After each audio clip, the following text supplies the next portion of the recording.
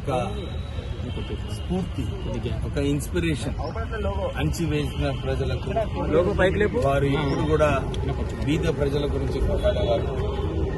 ఎప్పుడు భయం అని నిన్న గద్దల్లో చూడలేదు. మా నాన్నగారు కాకా వెంకటస్వామి గారితో చాలా కామన్ లింక్ ఉంది. ఎందుకంటే వాళ్ళిద్దరు కూడా కులం మతం ఎప్పుడు కూడా చూడకుండా ప్రజలకు ఎట్లా న్యాయం చేయాలి, ప్రజలకు ఎట్లా ప్రజల కోసం ఎట్లా కొట్లాడాలి అని చెప్పి వారు ఎప్పుడు కూడా అదే దారిలో పోయేవారు. అందుగురించి గద్దర్ గారు మా నాన్నగారు కలుసుకున్నప్పుడు వాళ్ళిద్దరు కూడా ఒక ఇమ్మీడియట్ బాండింగ్ అన్నమాట. వాళ్ళిద్దరి మధ్యలో ఒక స్ట్రాంగ్ రిలేషన్షిప్.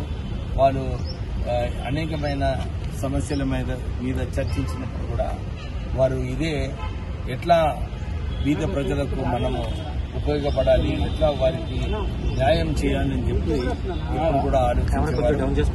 గద్దర్ గారు నేను చాలా సార్లు వారిని కలవడం జరిగింది. ప్రత్యేకంగా తెలంగాణ ఉద్యమంలో కూడా వారు ముందుకు వచ్చి లేదు తెలంగాణ వస్తే మన బ్రతుకులు బాగవుతాయని చెప్పి వారు ఒక గట్టిగా పోరాటం చేసిన వ్యక్తులలో గద్దర్ గారు ఒకరు.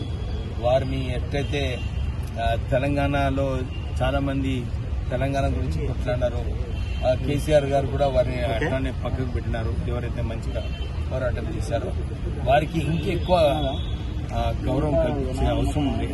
కానీ ఆ రోజులలో కేవలం ఒకటే కుటుంబం పైన వారు దృష్టి పెట్టుకొని ఇతర వారికి ఏదైతే క్రెడిట్ రావాలో చేయడం జరిగింది. నేను కూడా ఈరోజు మాట్లాడేటప్పుడు ఇదే చెప్పాను. మన కులం మతం చూసేది అవసరం లేదు. వారి సర్వీసెస్ ఏదైతే ఉందో వారు ప్రజల కోసం ఏదైతే కష్టపడి వారు పనిచేస్తారో అది దృష్టిలో పెట్టుకుని వారికి సరైన పద్మశ్రీ అవార్డు కానీ పెద్ద అవార్డు ఇవ్వాలని చెప్పి నేను ఇదే చెప్తున్నాను. మెయిన్ ఇంపార్టెంట్ ఏంటంటే ప్రజల కోసం పనిచేసిన వారు వ్యక్తి గద్దర్ గారు అందరూ కూడా రికగ్నైజ్ చేస్తున్నారు.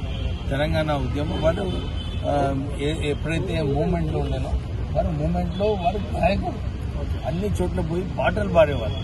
వారు ఎప్పుడు కూడా నేను అదే చెప్పినాను మీటింగ్లో కూడా వారు ఏదైతే ఏ సమస్య పైన ఉన్న 2 నిమిషాలలో ఒక పాట చేసేవారు.